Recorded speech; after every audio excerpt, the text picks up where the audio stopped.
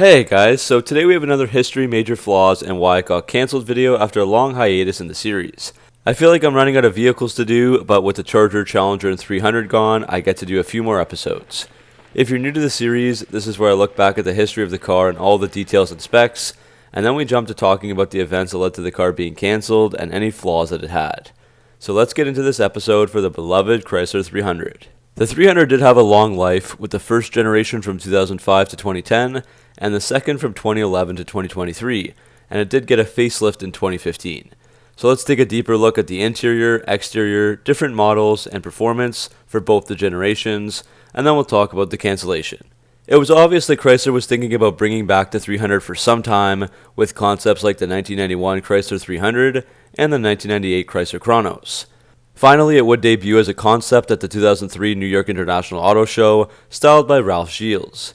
It was designed as a modern interpretation of the 1955 Chrysler C300 with a large grille, long hood, and low roofline. This continued Chrysler's tradition of large rear-wheel drive V8 powered luxury sedans, and it was the first rear-wheel drive sedan since the Chrysler Fifth Avenue in 1989. The 300 rides on the LX platform, and this is an important part of the conversation. Chrysler confirmed they sent their engineers to Germany to study the upcoming Mercedes-Benz E-Class at the time, allowed thanks to the merger between Daimler and Chrysler. Many components of this car come from the W211 Mercedes-Benz E-Class from 2003 to 2009, and the W220 S-Class as well. Those include a 3-liter turbo diesel V6 used in the 300 in Europe and Australia, the rear suspension cradle and 5-link independent rear suspension design from the E-Class, lower control arms from the E55 AMG, and a double wishbone front suspension design from the S-Class. Other parts were directly pulled from Mercedes, like the 5-speed NAG1 transmission, rear differential, all-wheel drive transfer case components, drive shaft, ESP and ABS systems, steering system, seat frames, seat controls, and lots more. So let's move on to the prices for the first gen. I'll go over a few various years, but there's too many to cover all of them. For 2005, prices started at $23,405 for the base models. All-wheel drive would add around $1,500 to $2,000 depending on the model. The C was in the mid-$30,000 range, while the SRT8 topped out at just under $40,000. By 2009, all the prices had gone up slightly, as you would expect, $27,000 for a base model, all the way up to just under $45,000 for the SRT8. The 300 won many design awards around the world, and the car deserved them. It had a dramatic profile with striking wheel well arches, the long wheelbase, low teasing roofline, and long body lines. The giant grilles inspired of vehicles from the past, both muscular and elegant, and that really gave the 300 a new sense of identity. Various changes were made over the years, like a 2008 redesigned deck lid, the upgrade from 18 to 20-inch wheels on the 300C, and different grilles used on later Heritage Editions and SRT8 models. There were also various other trim levels throughout, like the Walter P. Chrysler Executive Series for example, which added 6 inches to the wheelbase, making it a long wheelbase version with an additional 46 inches of rear leg space. And the high-performance SRT8 stood out a bit from the rest, with body-colored front and rear bumper inserts, mirrors and door handles, a rear spoiler, and 20-inch forged aluminum wheels. The interior is beautiful and practical, or as I've heard, elegantly functional. The sound and climate systems were controlled by simple knobs. The steering wheel is a 4-spoke design, and it could be leather-wrapped or covered with tortoiseshell wood trim depending on the model. Some complained about material quality and finishes that weren't fit for a luxury vehicle, and while that is accurate on the lower level models, the price point of this car is not comparable to a Mercedes or BMW, so lower quality is almost expected. The interior was updated in 2008 to add more padding on the door panels and armrests, and a new MyGig system with 2 options, including one with navigation. Chrysler has also given drivers a high seating position, 2.5 inches higher to be exact, and this was a popular phenomenon during the mid-2000s thanks to the rise in popularity of sport utility vehicles. The only downside was that if you're sitting too high, it can be hard to see the stoplights thanks to the protruding roof, and the front pillars are thick, which can also block some visibility. Next are the performance numbers and times.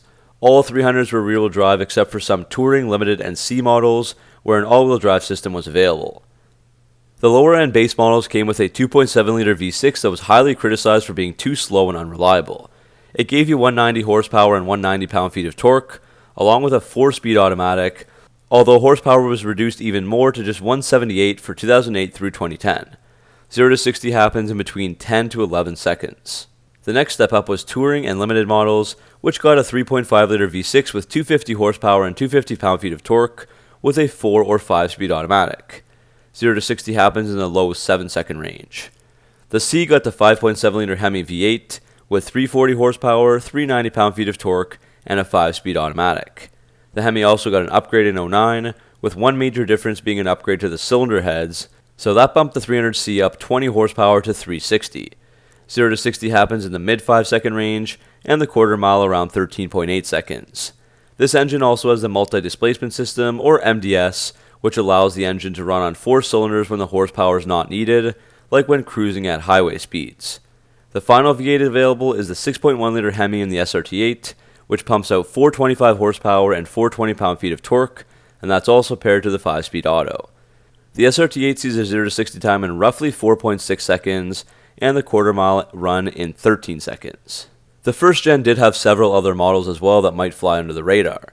A station wagon marketed as the Chrysler 300C Touring, not to be confused with the North American Touring trim, was sold in Europe, Australia, South America, the Middle East, and Japan. The UK models also got an SRT design model in sedan or wagon, and that came with the 5.7 liter Hemi, but it had all the other SRT8 features like the wheel, grille, steering wheel, and sports seats. There were some limited editions like the 06 and 09 Heritage editions and the Signature series. There was that long wheelbase executive series we discussed, and also a diesel in Europe and Australia that came with a Mercedes-Benz 3-liter diesel V6 engine with 215 horsepower and 376 pound-feet of torque.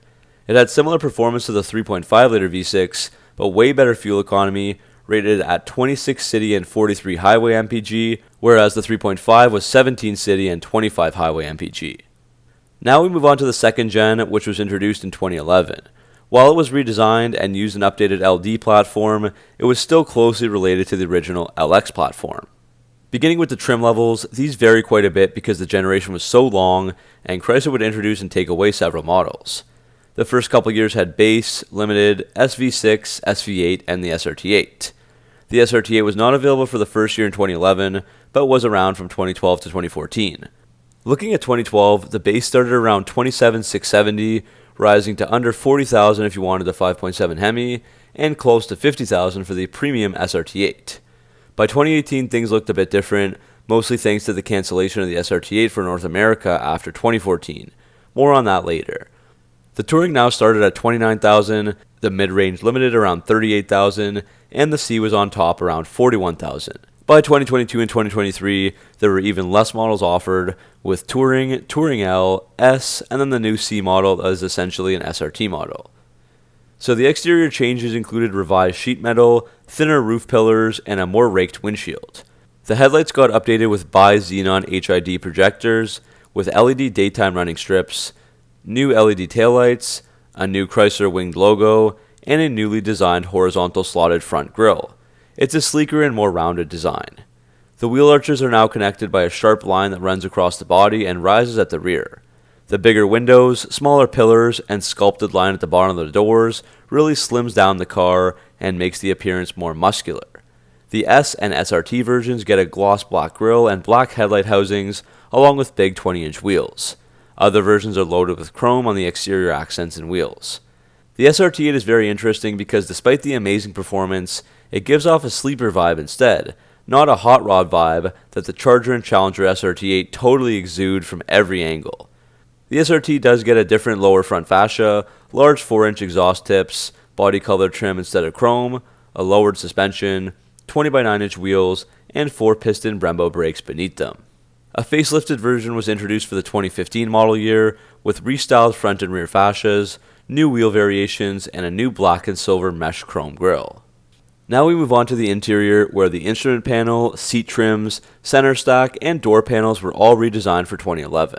There are several iterations depending on the model, and you can find faux wood, real wood, carbon fiber, or piano black trim accents. There's also LED lighting on the instrument panel, a large 8.4-inch Uconnect touchscreen system, and either cloth, leather, or suede and leather seats. The new 4-spoke steering wheel also gets paddle shifters for the S and the SRT models. The trunk actually got 4.5% bigger when compared to the first gen, 16.3 cubic feet versus 15.6. 2 audio systems were available, with a Beats by Dre package with 10 speakers, 1 trunk-mounted subwoofer, and a 552-watt 12-channel amplifier. The other is a Harman Kardon system with 19 speakers, a subwoofer, and a 900-watt 12-channel amplifier. The SRT8 got a flat-bottom steering wheel, carbon fiber trim, bolstered sport bucket seats, and customizations like a sport mode. The facelift in 2015 also applied to the interior, where Chrysler added many safety features, updates to the Uconnect system, a new steering wheel design, and a 7-inch customizable electronic instrument cluster. Performance is up next. The lower-end models like Touring, Limited, and SV6 all came with the 3.6-liter Pentastar V6, which carried through all the way from 2011 to 2023. This engine had 292 horsepower and 260 pound-feet of torque, while in the S it got a couple extra up to 300 horsepower and 264 pound-feet of torque. This V6 was around a second faster than the previous 3.5-liter, with a 0-60 time of 6.4 seconds and the quarter mile in 15 seconds flat. The SV8 and the C models got the 5.7-liter Hemi V8, which carried over from Gen 1, but this time with 363 horsepower and 394 pound-feet of torque, again lasting through the entire generation unchanged. The SRT8 used a 6.4-liter Hemi with 470 horsepower and 470 pound-feet of torque from 2012 to 2014, and then overseas from 2015 to 2022, and then back again to North America for the 2023 300C. Performance times for a 6.4-liter usually means a 0-60 time in 4.3 seconds, and the quarter mile in 12.8 seconds.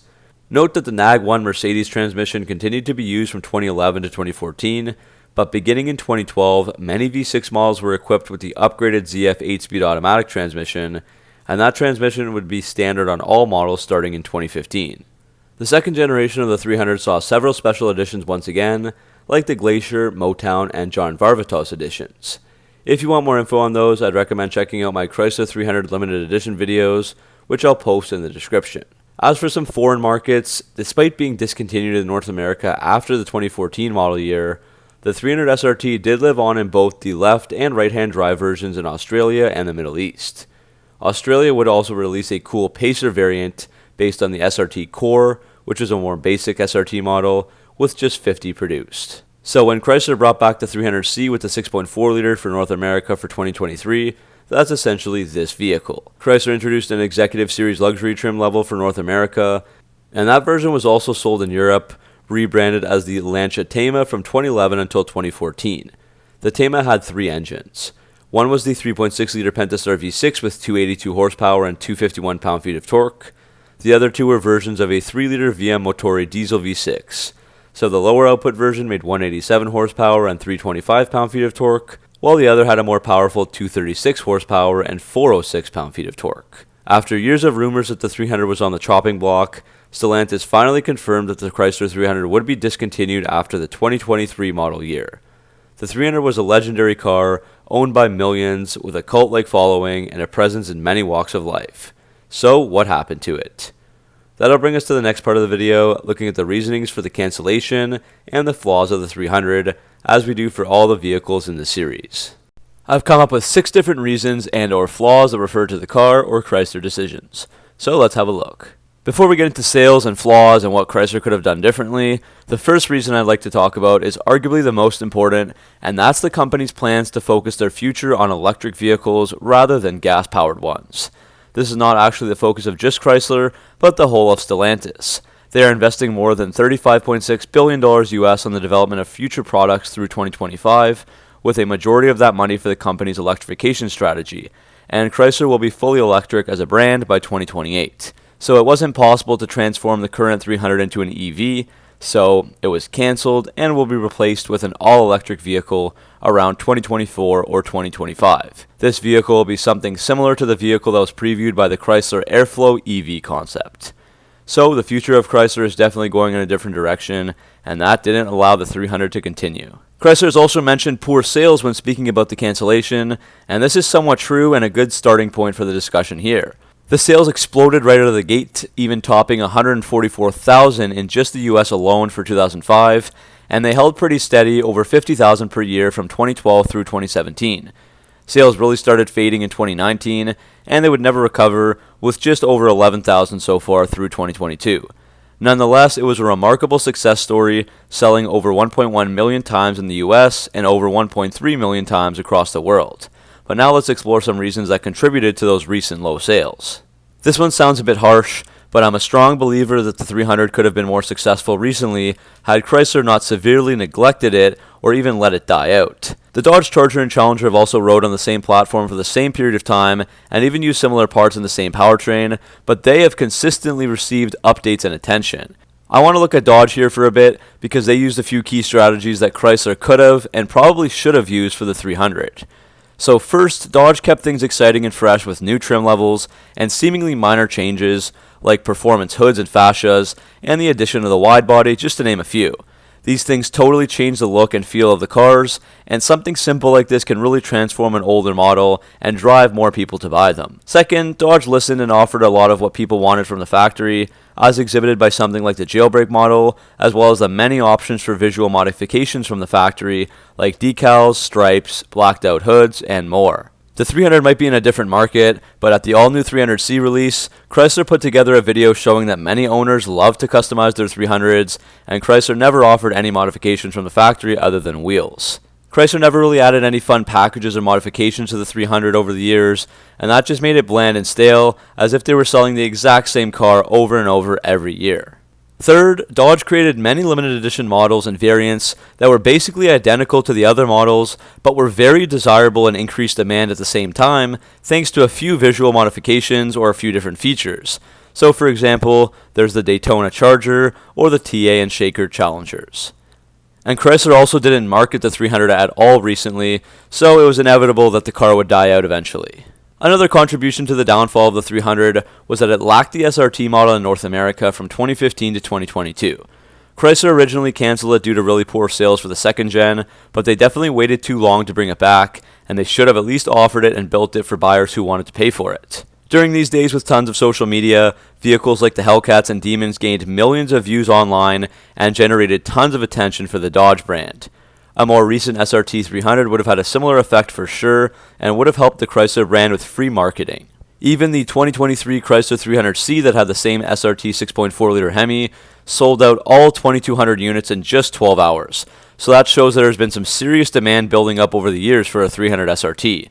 So Chrysler should have re-released this way earlier than they did, especially when you consider they still sold it from 2015 and onwards overseas, and those cars were built in the Brampton, Ontario plant anyways, right in North America. So that pretty much covers the cancellation. Now as for some major flaws and reliability issues, the Chrysler and Dodge products were plagued with reliability issues early on in the first gen, with the issues affecting a wide range of parts. We'll focus here on the engines and suspension. So firstly for the engines, each engine seemed to have their own flaw or detrimental problem. To list a few examples, first the 2.7-liter V6 was quite unreliable as there were thousands that got a buildup of oil sludge, reducing the flow of oil through the engine and causing excess wear or in many cases failure.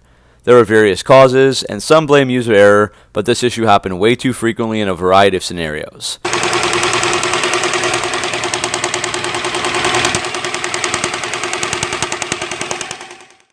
Not to mention this engine was so underpowered and made the 300 as slow as a Toyota Prius C with a 0 to 60 time in the mid to high 10-second range.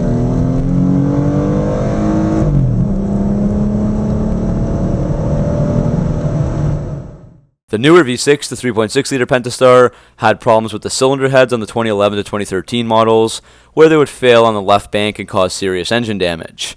The Pentastar also had rocker tapping and ticking, with FCA issuing a service bulletin for that problem. This engine was manufactured using sand casting methods, and sometimes remaining deposits would cause cooling system components to break, like the water pump, radiator, heater core, and oil cooler failures.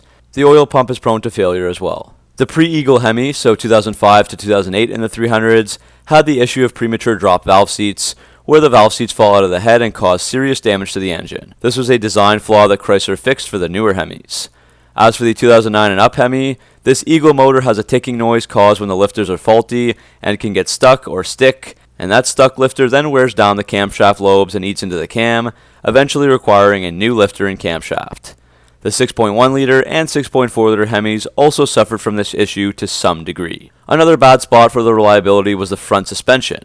This was marginally improved in 2011 with an updated design, but still, every single person to ever own an LX vehicle will complain to some degree about replacing the front suspension components so frequently, especially because the vehicle is very heavy. This includes inner and outer tie rods, ball joints, sway bars, control arms, bushings, and more, causing squeaks, rattles, clunks, and other noises, loose steering, and a rougher and more unpredictable ride. These parts sometimes can go bad within 20,000 miles and require the owner to constantly be fixing something under there. It's a combination of the part quality and design and the heavy weight of the car, but it's definitely something to watch out for. Overall, the reliability just isn't there, as I've seen these Chrysler vehicles have the most random and wild problems come up, and there's no arguing that for at least the first gen, you will spend more money fixing a 300 than other typically more reliable brands. So that's the end of this video, guys. Thanks for watching, and hopefully you enjoyed it. What do you think about the 300? Were there other reasons for its cancellation that I missed? And would you like to see the 300 come back? Let me know down in the comment section below. Make sure to like and subscribe for more Mopar content, and I'll see you in the next video.